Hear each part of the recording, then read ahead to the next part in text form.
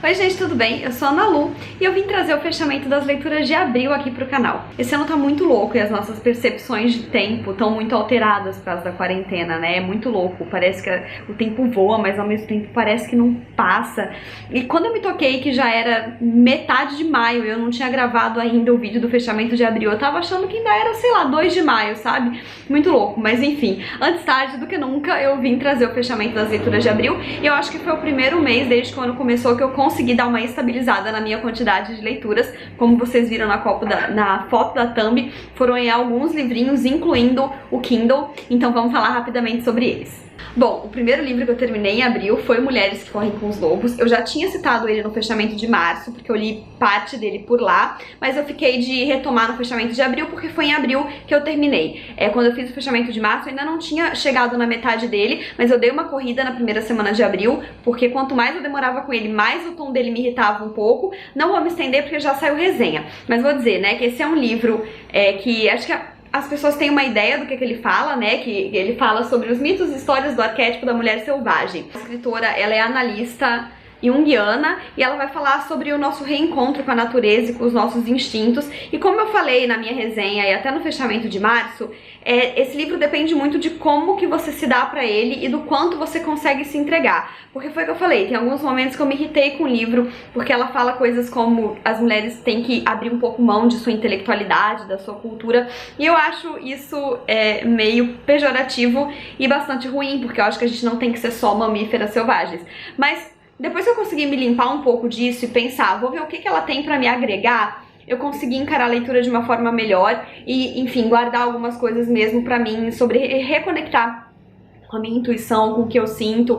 Eu sofro de ansiedade, então tem capítulos sobre isso, sobre a importância de você entender o que é sombra e o que é realmente ela chama de invasor ou algo do tipo, predador.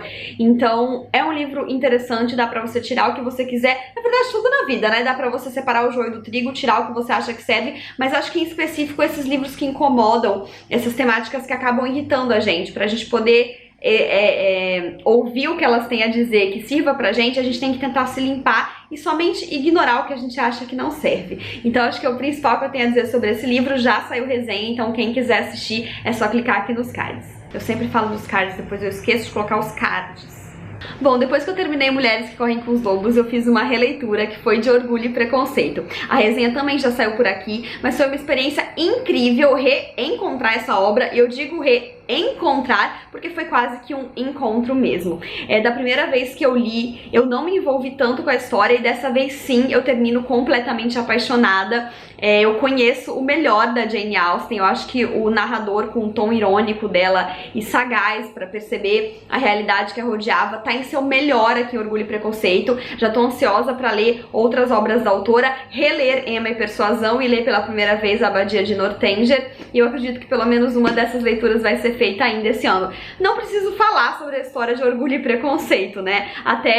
Acho que é um dos vídeos com mais spoilers aqui no canal, porque eu mais comento a forma com que as coisas se dão do que falo sobre o geral da história. Mas é porque a história de Orgulho e Preconceito já é muito conhecida. A gente conhece a Elizabeth, conhece o Mr. Darcy, sabe que eles eventualmente vão se apaixonar. E eu acho que o mais incrível da história é o caminho e a forma com que a Jane Austen constrói a sua narrativa. Eu tenho uma coisa que eu acho muito interessante, que é que ela começa a história apresentando um plot que não é o dos protagonistas, né? Ela começa a história apresentando a mãe e a sua mania de casar as filhas, e mostrando que ela tá querendo já empurrar a Jane, sua filha mais velha, pro novo solteirão que chegou na cidade, o Mr. Bingley. E, né, eu imagino que desavisados começam a ler... hoje em dia ainda existem desavisados, mas desavisados lá na época começassem a ler sem saber quem eram os verdadeiros protagonistas e que apareceriam depois ainda envolvidos com a história da Jane e do Mr. Bingley. E eu acho isso fantástico. Então é um livro cheio de camadas e muito, muito, muito interessante de ler e reler. Eu acredito que ainda vai reler algumas vezes ao longo da vida, agora que eu tô um pouco mais aberta a releituras.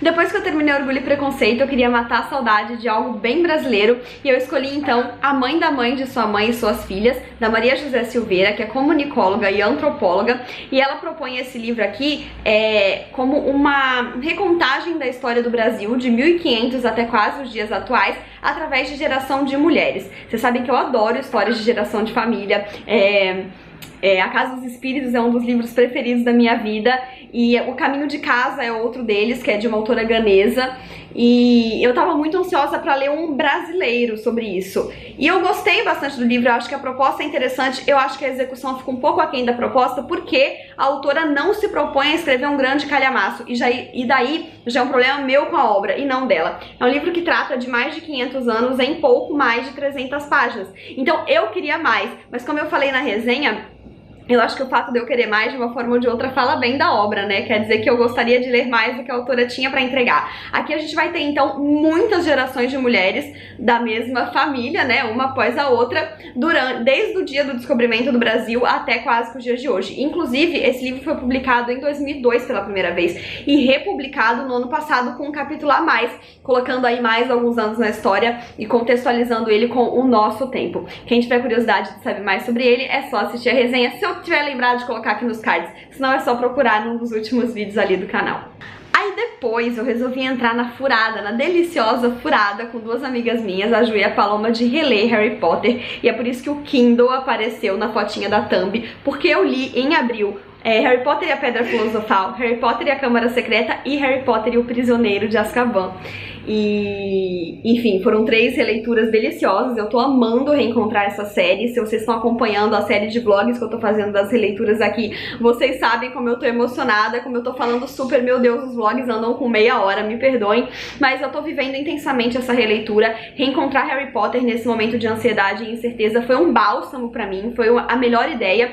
E vocês sabem que eu tenho dificuldade com releituras, porque eu sempre acho que eu tô perdendo tempo, mas às vezes a gente precisa se cuidar. E não necessariamente é perda de tempo. Eu tô finalmente admitindo que reler nunca vai ser perda de tempo, porque a gente nunca é a mesma pessoa, consequentemente a obra nunca é a mesma. Eu tô vivendo outra experiência com Harry Potter, tem sido incrível também estar acompanhada de 2 amigas, e eu até consegui convencer a minha irmã a ler também. Ela já leu os primeiros 3 e adora os filmes, mas nunca tinha lido a série inteira, e agora eu acho que vai rolar, tomara que role, e enfim, então tô registrando aí essas 3 releituras que foram feitas esse mês, e os vlogs dos 3 primeiros livros já saíram aqui no canal também. Pra finalizar, né, além das 3 releituras de Harry Potter, eu fui mesclando com este livro aqui, sobre os canibais. Pra mesclar com a leitura, a princípio escolhi um livro de contos, porque eu tenho dificuldade em ler mais de um livro ao mesmo tempo, então eu achei que um livro bem diferente, até em formato, seria o ideal. Eu tava curiosa pra ler sobre os canibais do Caetano Galindo, desde que eu recebi da companhia, acho que ainda no final do ano passado,